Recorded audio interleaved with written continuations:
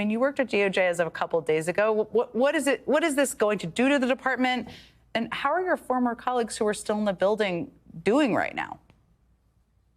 Thanks, Jen. I think it's important to note from the forefront that the prosecutors, the career prosecutors who were fired today are some of the most intelligent, passionate, and well thought of attorneys in the country.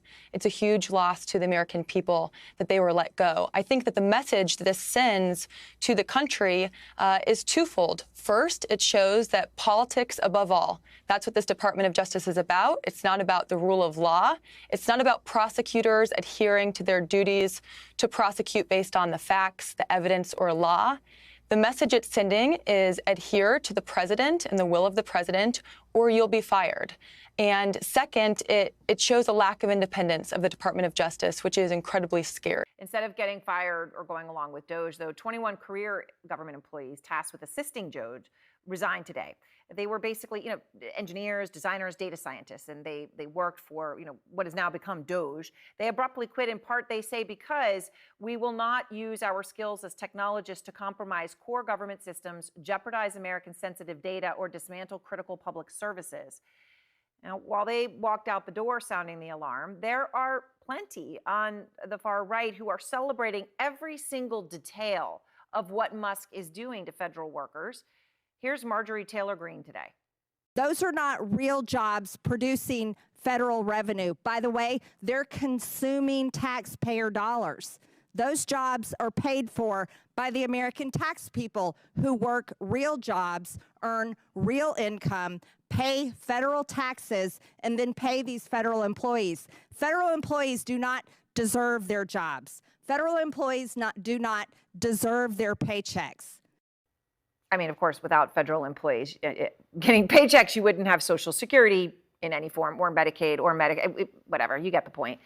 You heard what she said. They don't deserve a paycheck. It is time for you to leave the United States. That's the email that Nicole Maccheroni got from the Department of Homeland Security just last week. That email went on to say she had to leave within 7 days, or, quote, the government will find you. But here's the thing. Maccheroni is a U.S. citizen, born and raised in Massachusetts, and an immigration attorney. Walk us through what happened and what DHS is saying, which is, as I understand it, you have to leave. It does seem like crazy town. So I got an email from DHS on Friday morning. I am an immigration attorney. It came to my work email. I get emails from DHS. I get emails from ICE, usually about clients. This one was a little bit different because there was no client name on it. There was no case number on it. It was just my information, and they were asking me to leave the United States. No president can unilaterally change the Constitution on a whim. Only constitutional amendments can change the Constitution. That is why just a few moments ago, I, along with the Attorneys General of Illinois, Oregon, and Washington, sued President Trump in the Western District of Washington.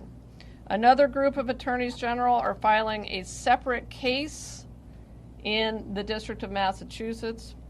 While the President has broad authority on matters of immigration, our lawsuit asserts that the President acted far outside the bounds of his legal authority in issuing this order, and allowing federal agencies to implement and enforce it will harm thousands of Arizonans and the state at large. Unlawfully stripping U.S. citizens of their right to citizenship will impact their future ability to vote, travel abroad, secure housing, access health care, seek employment, run for public office, serve on juries, and more generally, participate fully in American society. This lawless order is not only nakedly unconstitutional, it is an attack on families and children in this state and across this country.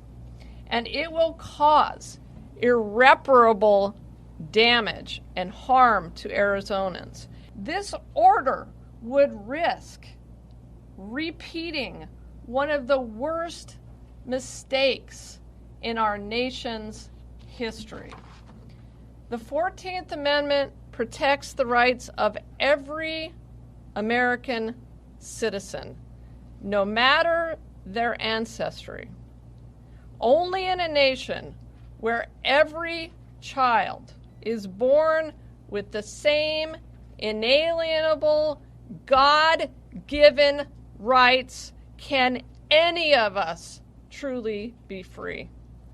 That is why we cannot and will not allow the Constitution to be undermined in this way, and this illegal order will not stand. Hey, do you remember when we had constitutional rights? Because according to the Trump administration, those days are over. The Department of Justice just issued a memo telling ICE agents that they can enter pretty much any home without a warrant for almost any reason. That's right, without any due process or the oversight of a judge, a random agent can kick your door down because they have a reasonable belief that you might be harboring a Venezuelan gang member. Reasonable belief is one of the lowest legal standards to meet. Basically, they can do whatever they want because they got a bad vibe.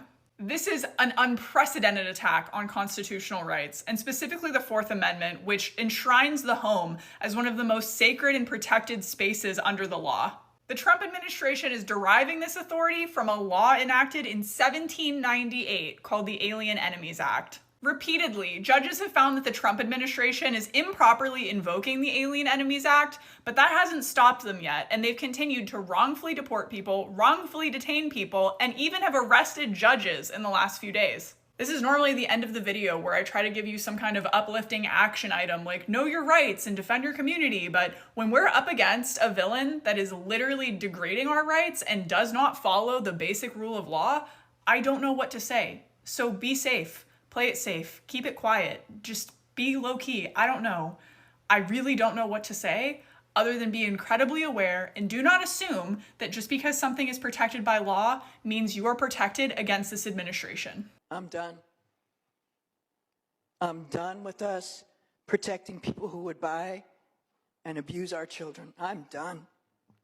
I don't want to send more black and brown men to prison. I don't want more people in prison, but I don't want people buying girls. I don't want people buying little girls anymore. And I'm tired of saying it's okay and that we have to protect the men who do it.